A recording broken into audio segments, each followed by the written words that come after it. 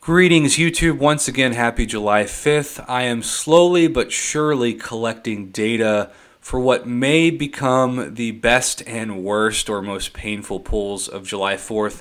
I have been a bit paralyzed by the amount of messages I've received. By far, the most messages I've ever received in less than 24 hours in the Line app. The last time, and this was just last night before I went to bed, I was at over 5,000 messages, and I still had at least 500 to respond to. And I'm on vacation, right? So I'm trying to balance between spending time with family that I don't get to see and trying to do what I believe is my due diligence to continue to be, if not one of the most easily accessible MCOC YouTubers out there. I truly believe that's why my channel is so successful. It's because I'm able to take out my time to help anybody that contacts me. But I wanted to start off this message by just saying, there's a right way and a wrong way to do this, and I realize some people maybe haven't done this before, but, I feel like a radio show half the time, because you even have people who use the phrase long-time listener, first-time caller, which is a popular thing to say when you call into a radio show,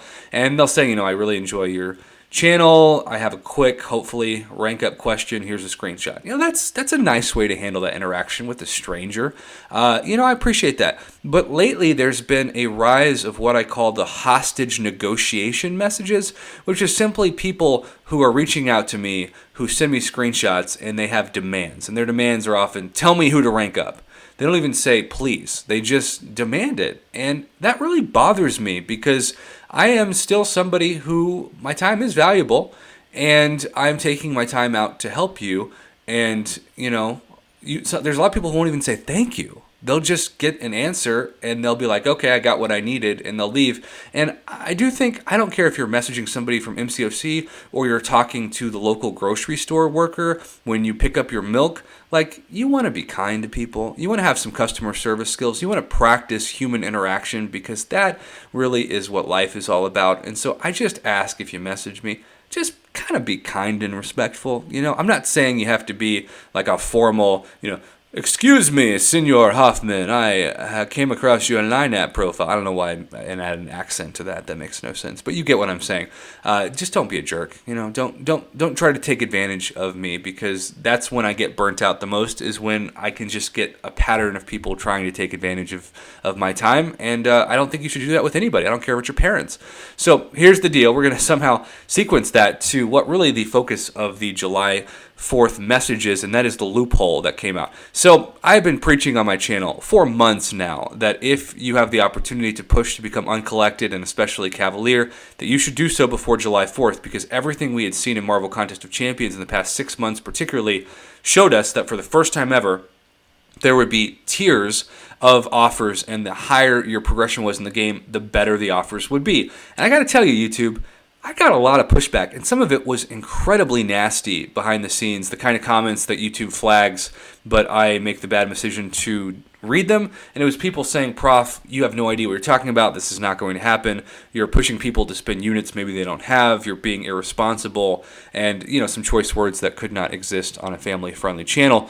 And so I was pretty proud of myself and thankful that I was right. But at the same time, I did not expect the loophole that was in the contest. You see, a lot of people thought, and I get why they thought it. I thought it was like a 50-50 chance that basically, let's say that you had pushed to become Cavalier, and that is, of course, one initial completion of Act 6, Chapter 1. So you'd pushed toward Act 6, Chapter 1, and you actually were one fight away. So I was told by a couple summoners that their entire alliance was uncollected, not yet Cavalier. So they made a pact that they would go into this Birthright chapter, and they would go all the way to the final Sentinel boss, and they would use up their energy, and they would just sit there. And then when noon Central Standard Time hit, they would check out the uncollected offers, and if they were not as good as the Cavalier ones, and they felt like the Cavalier ones were worth the push, they would try to become Cavalier in like the first 10 minutes that the offers were available. And if they weren't that different, or they weren't different at all, they would actually wait get the units, and then get the 12,000 unit offer for that rank 4 to rank 5, rank up 5-star gem crystal, which is the featured item of the Cavalier bundle when you initially clear Act 6, Chapter 1. And that was truly a great strategy if Kabam allowed you to do that. And there was no way for us to know if that was the case or not until it actually happened. And it turns out that loophole number 1 worked, because once you became Cavalier, you refreshed your game, and in your in-game inbox, which was confirmed by Kabam Mike yesterday on the forums, you indeed got to see the Cavalier offers as well. But the true loophole of yesterday, and something that I still don't know how to feel about it, because I get why people did this, but at the same time I also get why people would be outraged, was if you bought up the best of the best uncollected deals, which weren't A values, but they were still Bs, where you got the Odins, which had mostly 6-star shards and tier 5 basic catalyst fragments, etc. And then you even maybe got the 15,000 unit bundle. And then you became Cavalier, you reset your offers, and you got to get the Odins again for Cavalier, plus maybe the units as well. I can't 100% confirm that this happened because I can't see uncollected offers. It's impossible for my account. I've been Cavalier for months. But I have been told by several summoners that this is what their alliance mates did.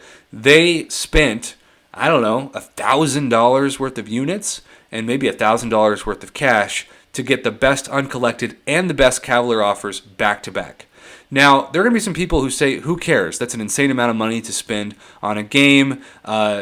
Whatever, if they want to spend it, fine. But it is technically unfair, and it does put the people who grinded to become Cavalier before yesterday at noon at an unfair advantage, and it actually punishes them, so to speak, for getting that title so early. So I want this video, as always, to be kind of a forum of discussion. I think there's always two sides to the perspective, and certainly this is one of those rare pro player bugs for the right players, but at the same time, I would have loved to take advantage of the Odin offer as well and uncollected, and I would have loved to take advantage of maybe even some of the unit offers, because they're still better values for your units than most offers in the game throughout the year. So I'm stuck. Part of me feels like these people were really smart to do this. Part of me is angry that Kabam let this happen in the first place because they should have anticipated it.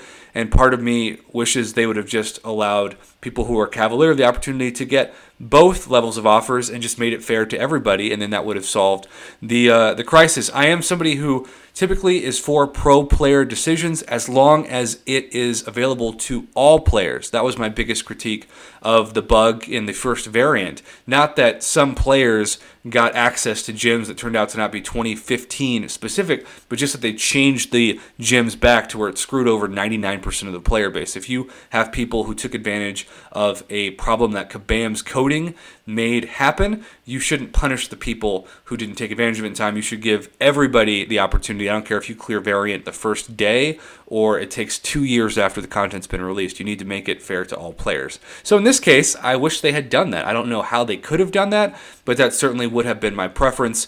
For those of you who took advantage of it and who claim, and I have no reason to believe they aren't telling the truth, who claim that they got the best uncollected offers and then they became Cavalier and then they got the best Cavalier offers, yes, that's a crazy amount of money and units to spend, but at the same time, you're probably going to be hard-pressed to find a better value throughout the year for your units and your cash. So what are your thoughts on this double loophole? First, the ability to become Cavalier and reset your offers, and second, to snatch up both offers. Comment below and let me know. And as always, thank you for watching and supporting my Marvel Contest of Champions, or in this case, Marvel Casino of Champions YouTube channel.